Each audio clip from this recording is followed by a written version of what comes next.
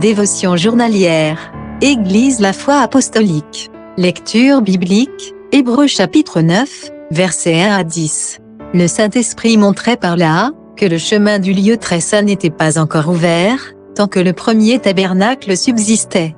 Hébreux chapitre 9, verset 8. Qu'est-ce qu'un gratte-ciel? Qu'est-ce qui fait fonctionner une horloge? Pourquoi les feuilles deviennent-elles rouges? Pourquoi les poissons ne vivent-ils pas hors de l'eau? Pourquoi l'herbe est-elle verte? Pourquoi seuls certains ballons montent dans les airs? Un jeune enfant vous a-t-il déjà posé de telles questions? Avez-vous répondu avec une explication scientifique complète, ou avez-vous donné juste la quantité d'informations que vous saviez que l'enfant pouvait saisir? Peut-être avez-vous sorti un livre et montré une illustration visuelle pour l'aider à comprendre. De la même manière, Dieu n'a pas révélé la plénitude de son merveilleux plan de salut à l'humanité depuis le début des temps. Lorsqu'il donna à Moïse la loi et établit le système d'adoration au tabernacle, il donnait une image. Les sacrifices ont aidé à rendre l'homme conscient de son besoin d'un sauveur.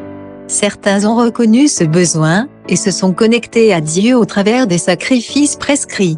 D'autres se sont tellement enracinés dans les rituels qu'ils se sont uniquement concentrés sur la forme apparente des cultes et non le fond. Cependant, le message de l'amour de Dieu envers sa création n'a jamais changé. Dieu a continuellement désiré une relation avec l'homme. Jésus a accompli ce que le culte au tabernacle représentait. Lorsque Jésus mourut sur la croix, le voile séparant le lieu très saint, où demeurait la présence de Dieu, se déchira miraculeusement en deux. Cela signifiait que l'homme n'avait alors plus besoin d'un sacrificateur pour être le représentant entre lui et Dieu, puisque le libre accès à Dieu par Jésus devenait désormais effectif. Le lieu de culte n'est plus le tabernacle, mais le cœur des hommes qui, par la foi, obtiennent le pardon des péchés et un changement de cœur. Bien que nous vivions à une époque où l'image n'est plus nécessaire, nous pouvons parfois nous sentir enclins à poser à Dieu autant de questions qu'un jeune enfant pourrait nous poser. Peut-être sommes-nous gravement malades, sans emploi, avons-nous des enfants rebelles, ou pleurons-nous la perte d'un être cher. Nous pouvons être confrontés à de nombreuses situations qui pourraient nous amener à nous interroger. Nous devons nous rappeler que Dieu a un plan pour la vie de chaque croyant. Tout comme il a dévoilé son grand plan de salut, il dévoilera son plan pour nos vies, mais nous devons d'être patients. Nous devons nous fier à sa sagesse et à son timing, et réaliser qu'en tant que Père céleste aimant, il sait exactement comment et quand prendre soin de nos besoins. Contexte. L'organisation du service au tabernacle est représentative de la façon dont Dieu enseigna à Israël ces grandes vérités. Parfois, elles étaient enseignées par révélation directe, d'autres fois à travers la parole écrite, ou encore d'autres fois au travers de symboles. Le tabernacle, avec ses différents espaces, ses ustensiles, et ses cérémonies, était un moyen pour les gens de garder les vérités dans leur esprit. Le souverain sacrificateur était le lien de l'homme avec Dieu. Il entrait dans le lieu très saint une fois par an, et après avoir fait un premier sacrifice pour lui-même, il faisait alors l'expiation pour les péchés du peuple.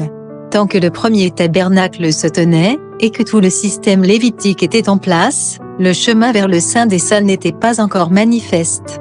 Les sacrifices et les offrandes n'avaient aucune vertu en eux-mêmes, ils ne pouvaient pas rendre parfait celui qui rendait le service. La majorité d'Israël échoua dans sa pratique des cérémonies de l'Ancien Testament, parce qu'elle ne parvint pas à discerner Jésus, par la foi, vers qui tous les sacrifices pointaient. Les offrandes et les sacrifices perdaient leur signification et rôle symbolique, et devenaient en eux-mêmes la chose la plus importante. Le mot grec pour le temps de la Réforme, verset 10, est kairos, qui signifie l'heure fixée, ou arrêtée, l'heure convenable, la saison convenable. Il fait référence à l'âge chrétien, où le Seigneur a conclu une nouvelle alliance avec son peuple. Cette alliance a été inaugurée par la crucifixion de Jésus. Le voile entre le lieu saint et le lieu très saint se déchirant en deux, est une preuve physique que la voie d'accès direct à Dieu s'ouvrait, et que le temps de la Réforme était là.